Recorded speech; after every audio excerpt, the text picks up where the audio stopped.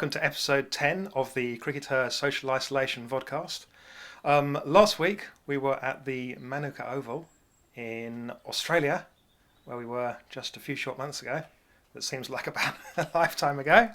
Today we're at Lord's for the final of the CRICKETish Cup, which is taking place under lights this evening at 6 o'clock. Be there, well, don't actually be there, but be on the other end of the Twitter feed for Women's Cricket Day, and we'll have the live coverage for you of the final between Raf? Between Durham, or North East Warriors, and Surrey. So we've got a bit of a north-south battle going on. Okay. And what else has been happening in the CRICKETish Cup, Raf? Oh, there's been all sorts, lots of controversy, some tricky LBW decisions, and it could have gone either way in a few of the close fixtures. So Durham obviously knocked out Sussex in the semi-final. That was a bit of a turn up for the books, bit wasn't of a shock there. It was, absolutely. And I think my favourite moment so far was Providence Cowdrell of Hampshire bowling a quadruple wicket maiden. Outstanding stuff. It was. She'll be getting her England call up any day now. That's great stuff. Now, back in the real world, we've had another news-filled week. We've had a lot more information has kind of slipped out about the retainers for county players. These are the retainers for county players that are not part of the England setup currently. The ECB were going to introduce 40 new professional contracts this year for domestic players. That's been kind of set back a bit partly by all the problems with coronavirus. But what's the news this week, Raf? Well, we've had a formal announcement about the retainers, and we've also found out how much they're worth, although we didn't find that out through the ECB. So they're going to be worth £1,000 a month, and they're going to go to approximately 24 players, and it sounds like it's going to be up to the new regional directors of women's cricket at each of these new regional centres of excellence to decide to nominate up to 3 players that they think are worth kind of worthy recipients of these retainers. Okay, so they're getting £1,000 a month. Is that what they're going to get when they're on full-time contracts, or what's the story there? Well, no, it's a little bit less than they'll get when they're on full-time contracts. So we also were able to find that information out, and we published that on CRICKETher earlier this week. So the full-time domestic professional contracts are going to be worth £18,000. So that's a bit more than the retainers. Okay, now I'm a bit puzzled by that, Raf, because we know that the Professional Cricket Association mandate a minimum wage for male county players of £27,000. So how does that fit in there? How does that make you feel? Well, we should be asking the PCA this, really, shouldn't we? We're going to try and contact them and get their perspective on it. I mean, I guess that the PCA will say one of two things. They'll say, well, either that minimum wage doesn't apply to female players, or there'll be some kind of get-out clause about these not really being full-time professionals somehow. Now that seems a bit silly to me, because they're expected to train and have that full-time commitment to train year-round, so they essentially are full-time professionals, and also the ECB are very much branding them as full-time professionals, and that this is a proper professionalisation of the domestic structure below England. So yeah, it does seem to slightly clash with the PCA's perception of what you need to earn as a professional cricketer. Yeah, I think that what we need to remember is that there's certain things around that being a professional cricketer that it's very easy to say that, well, 18,000, that's slightly more than minimum wage. They should be grateful for everything they get, but I don't think it's quite as straightforward as that. We were speaking to a couple of players this week, and they pointed out that that in some respects 18,000 that's not going to give you a great lifestyle necessarily. And while it's easy to say that plenty of players in the past have functioned on nothing. In fact, they haven't functioned on nothing. The truth is that most of the players in the past have functioned on the bank of mum and dad, essentially. That right from throughout the history of the Women's Cricket Association, most of the players that were able to participate in international cricket, and to a lesser extent, but still the case in county cricket, were being funded kind of by their parents, right? Well, in the very early days, it would have been sort of women of the upper middle classes who would have kind of described themselves as of independent means. So yeah, I suppose you know, it is kind of being funded by the bank of mum and dad. That would be our modern take on it. You know, back then it would have been a case of you're living in a family or you're from a family who's wealthy enough that you don't have to worry about going out to work. So yeah, that has been the case throughout. That generally women's cricket has been dominated by people, and probably still is to some extent dominated by people who can kind of afford to have a bit of subsidisation from their parents. Yeah, and when you stop to think about it, you know, that 18,000, you know, it's when you think that how much that's got to cover. I'm thinking in particular, for instance, the cost of running a car. You know, that if you're one of these cricketers, you can't just go out and buy, you know, a 10-year-old Citroen Saxo. You actually need, first of all, you need a car that's reliable, because you'll be expected to use that car to get to your games. So you need a relatively new car. You also need a big car, right? You can't actually fit all your cricket kit in a Citroen Saxo. You know, so you know there are certain expectations on what the players are going to need to fund with those earnings that, you know, make that quite a struggle, I would think. And I think that, you know, what we've heard from a couple of players this week is that, you know, they feel that that's really not enough to actually go it independently, you know. And if we want people to go it independently, then perhaps the minimum needs to be a bit higher, and that's something the Professional Cricketers Association would appear to agree with, because they say that you can't actually exist as a professional cricketer on less than 27,000. So some interesting questions there. Well, I think like everything, it depends partly what your starting point is, doesn't it? If you're kind of out of university and you're trying to establish a career for yourself, then you might already be being paid a bit more than 18,000, and you don't want to kind of go backwards.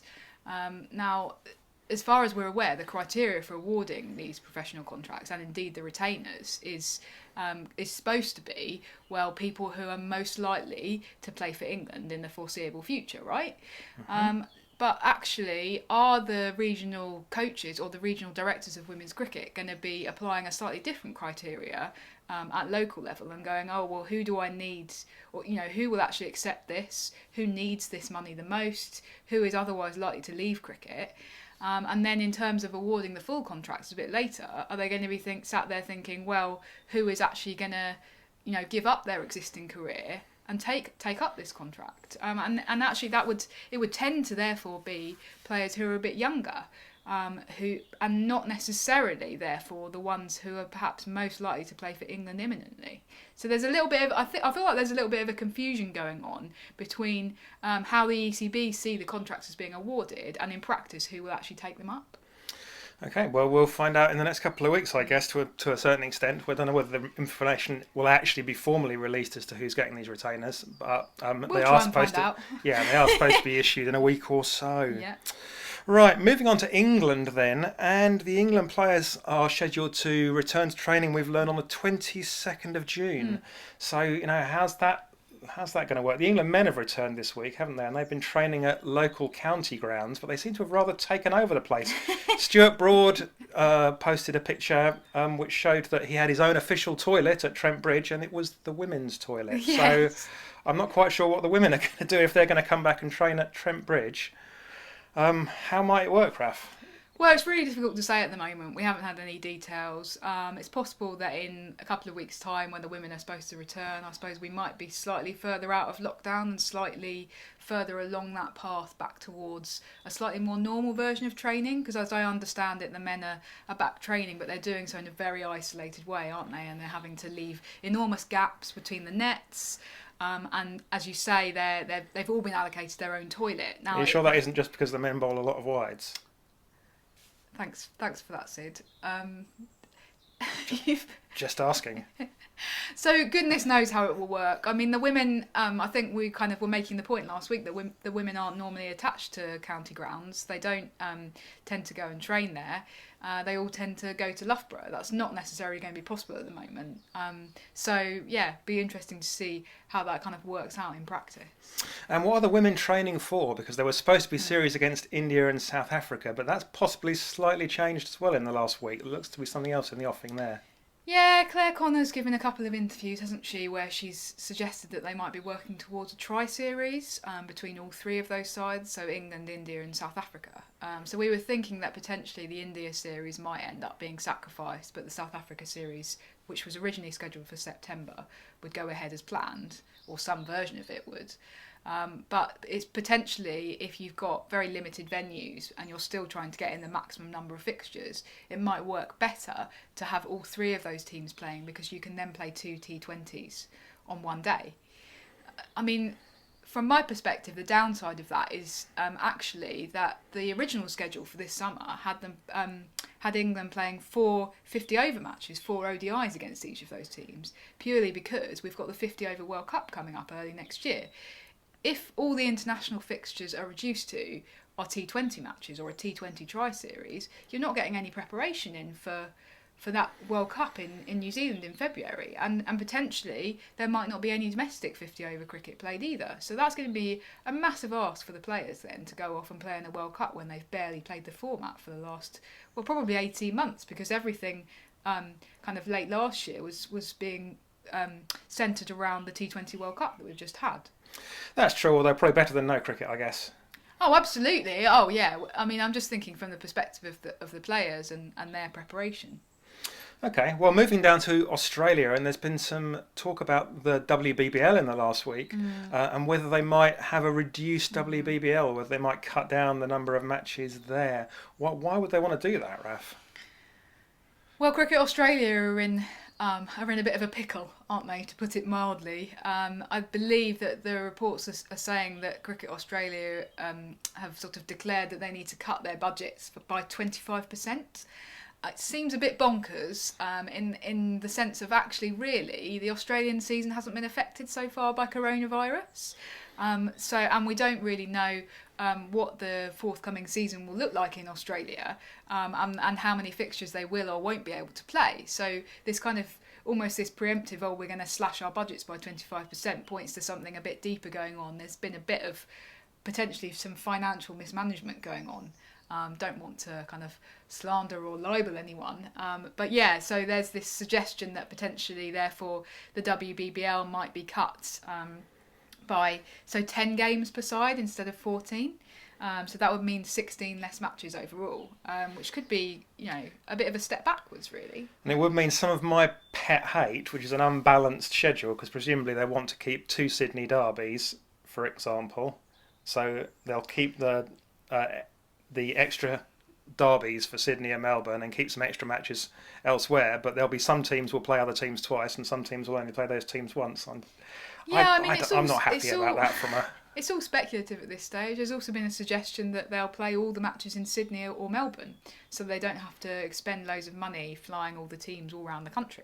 Well, they do that a bit anyway, don't they? They have their festival weekends where they fly like 4 teams to one venue, and some teams play their home match. Tasmania will play a home match in Perth, for example, on a sort of technicality. So, there's a little bit of a precedent for that.